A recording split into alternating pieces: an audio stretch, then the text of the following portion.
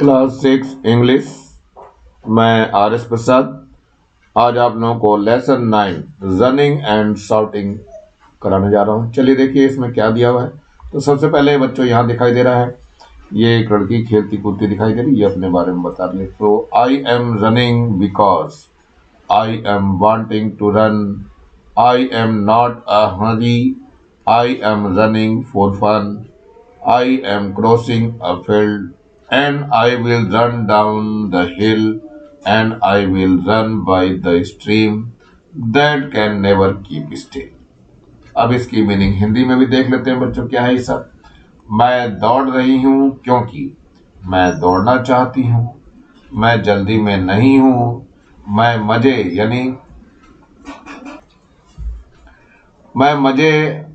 यानी खुशी के लिए दौड़ रही हूँ, मैं खेत को पार कर रही हूँ और मैं पहाड़ के नीचे दौड़ूंगी और मैं नदी के साथ दौड़ूंगी।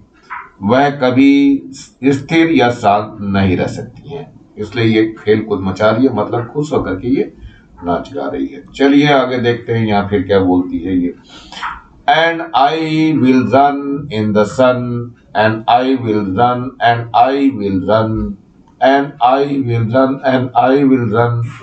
I am shouting because I am wanting to shout. It's a sort of noise and there is no one about। चलो देखते हैं इसके बारे में भी क्या बताया गया, हिंदी स्वरूप भी देख लेते हैं इसका। और मैं धूप में दौड़ूंगी, मैं दौड़ूंगी और दौड़ती रहूंगी। मैं चिल्ला रही हूँ क्योंकि मैं हल्ला करना चाहती हूँ। मैं शोरगुल का एक ढंग, यह शोरगुल का एक ढंग है और यहाँ पर लगभग कोई नहीं है। और खूब चिल्लाओ, जितनी मर्जी उतनी चिल्ला लो। चलो आगे देखो क्या है।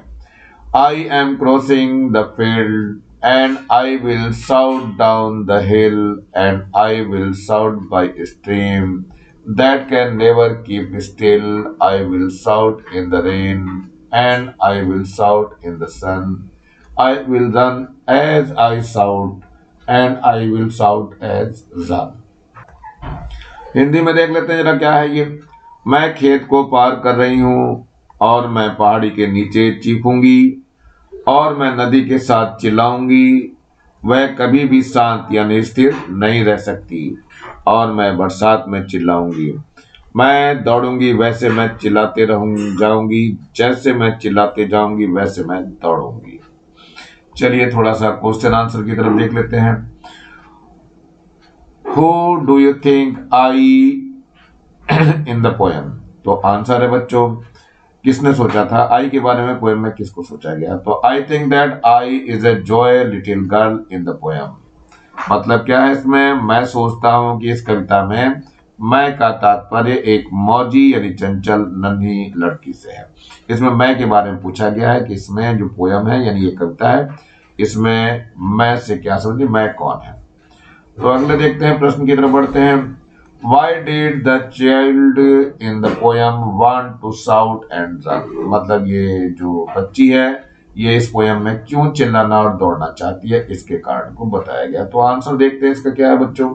The child in the poem wants to shout and run because she wants some fun। क्योंकि वह चीखना चिल्लाना चाहती है और उसे मजा आता है चिल्लाने में। तो यही बताया हिंदी में। देखो इसको, इस कविता में लड़की इसलिए चीखना चिल्लाना तथा दौड़ना चाहती है क्योंकि इसमें उसे मजा आता है। और आजकल वैसे बच्चों को चिल्लाने में बहुत ज्यादा मजा आता है, खूब चिल्लाओ, शॉट करके ऐसे चिल्लाते हैं।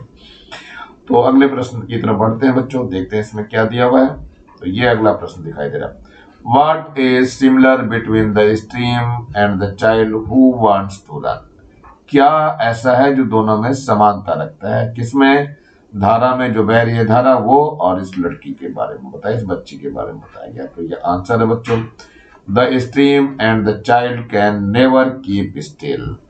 That is similar between them who wants to run। नदी और लड़की दोनों कभी स्थिर या शांत नहीं रह सकते, यही उन दोनों में समानता है जो कि दौड़ना चाहते हैं। नदी भी दौड़ना चाहती है और बच्चे भी दौड़ना चाहते हैं, रुकना नहीं चाहते कभी। इसी चीज को इस पोयम में दर्शाया गया है और मजे से जीना चाहते हैं। कोई चिंता नहीं होती है उनको, कोई फिक्र नहीं होती है, रोटी दाल का कोई मतलब नहीं होता है, अपने जीवन से आनंद लेने की अनुभूति उनके पास होती है। चलते हैं अगले प्रश्न की तरफ। ये दिया हुआ है, the child in the poem says there no one about, does this make the child happy और सैड, गिव रीजन। सो आपका आंसर है यहाँ बच्चों, and there is no one about, this makes the child sad because she has no one to play with her, she is all alone, मतलब ये बिल्कुल अकेली हो गई और वहां पर उसके साथ कोई भी नहीं है। यही बात उसे निराश करती है क्योंकि उसके साथ खेलने वाला कोई भी नहीं है, वह एकदम अकेली है, इसलिए वो चिल्ला रही है और वो दौड़ रही है। चलिए अगले प्रश्न की तरफ भी बढ़ते हैं। अगला प्रश्न क्या कह रहा है वो ये है, बी पार्ट इसका देखो, make sentences using the table below. इसमें देखो क्या लिखा है, the child is running and shouting. यहाँ इन दिया है, डाउन दिया है, अप दिया है, नियर, मतलब इनमें से कोई सा एक यूज करना है। ये पहला है, ये दूसरा और ये तीसरा, ये चौथा, इसमें से कोई सा एक। चलिए आगे देखें।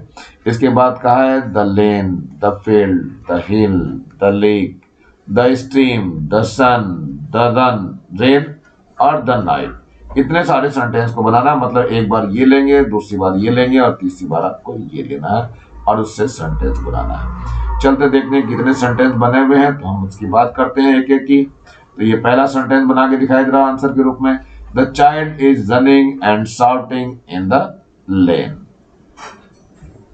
सेकंड जो है इसका सेंटेंस बना है, the child is running and shouting in the field.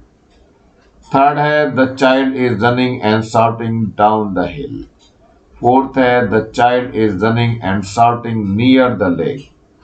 Fifth है, the child is running and shouting in the sun. Six है, the child is running and shouting in the rain. Number 7 है, the child is running and shouting in the night. Number 8 है, the child is running and shouting up the हिल। मतलब इसमें जो sentence दिए हुए हैं वो यहाँ से ले लेकर के बनाए गए हैं। The child is running and shouting in the लेन, ऐसे ही इन द फील्ड, ऐसे करके बताने सारों को बता के जो सेंटेंस बनाए मैंने वही। चलते हैं नेक्स्ट प्रश्न में क्या है, given are 4 pictures in the circle, there are some action word around it, match the organ of the body picture with the work they do। तो यहाँ देखो दिखाया हुआ है बच्चों, क्या है ये, इसमें वॉच दिया हुआ है, यहाँ पर देखो वॉच टीवी है, राइट है, रन है, शॉर्ट है और रीड है, क्लैप है, कुक है, ड्रिंक है और वॉक है, स्पीक है और सी है, स्टैंड है और ईट है। ये सारे दिए हुए हैं और यहाँ से आपको लिखना है कौन सी चीज कहाँ से है। तो इसके बारे में मैं लिख करके दिखा रहा हूँ बच्चों, कैसे क्या हुआ है ये और कैसे आपको लिखना है। तो लिखने वाले प्रक्रम पे चलते हैं, जरा कैसे लिखा जाएगा ये। तो ये आपके सामने दिखाई दे रहा है आंसर इसका, the organ of the body, इधर ऑर्गन ऑफ द बॉडी लिखना है और इधर क्या लिखना है, वर्क दे डू, जो काम करते हैं। तो सबसे पहला नंबर आता है हैंड्स का। हैंड्स क्या करेगा, राइट करेगा, लिखना है, मतलब राइट करेगा मतलब लिखेगा। क्लैप करेगा, ताली बजाएगा, और कुक करेगा, भोजन बनाएगा और वॉश करेगा। तो इसमें से सारी चीजें हैंड्स के साथ क्या किया गया, राइट हो गया, क्लैप हो गया, कुक हो गया और वॉश हो गया।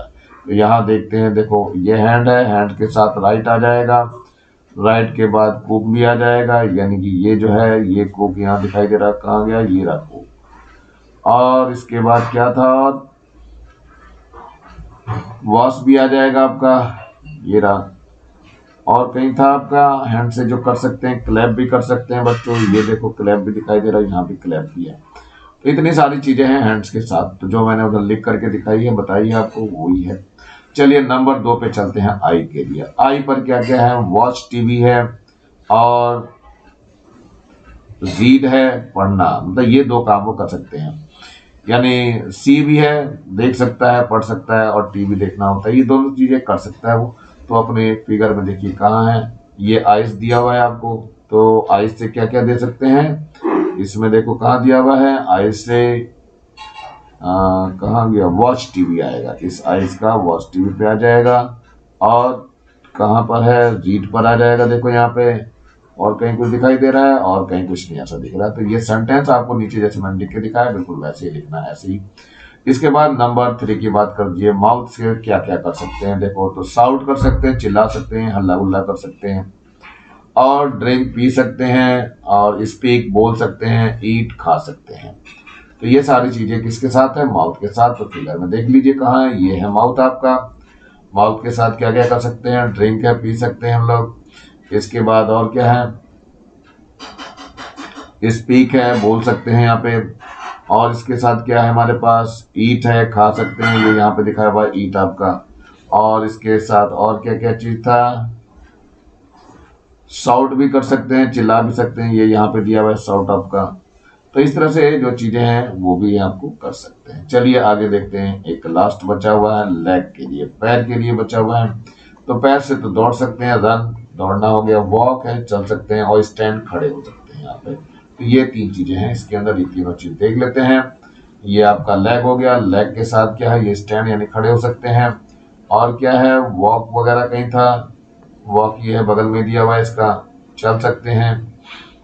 और क्या कर सकते हैं, दौड़ सकते हैं, ये है रन आपका, इससे हम दौड़ भी सकते हैं। तो इस तरह से बच्चों सारी चीजें इसमें कंप्लीट हो जाती हैं। इस तरह आप अपनी कॉपी में लिख सकते हैं। तो ये कंप्लीट आपका हो गया लेसन। इसी के साथ जो है मैं इसको समाप्त करने जा रहा हूँ। नीचे आपको लाल रंग का एक बटन दिखाई दे रहा है, इसको जरूर दबा के सब्सक्राइब करेंगे, और चैनल को लाइक करेंगे, कमेंट सेक्शन में कमेंट्स जरूर करेंगे आप लोग, और ज्यादा से ज्यादा बच्चों को शेयर करेंगे जिससे ज्यादा बच्चों को फायदा हो सके। और इस बेल आइकन को भी दबा लेंगे जिससे कि मैं नया वीडियो डालूं तो उसका नोटिफिकेशन आप लोगों को तुरंत मिल सके। मेरे चैनल को देखने के लिए आप लोगों का बहुत बहुत थैंक्स। इसी के साथ मैं RS प्रसाद आज का वीडियो यहीं समाप्त करता हूँ। Thank you, have a nice day. मिलता हूँ फिर से आपको नए वीडियो में नई उमंग के साथ, तब तक के लिए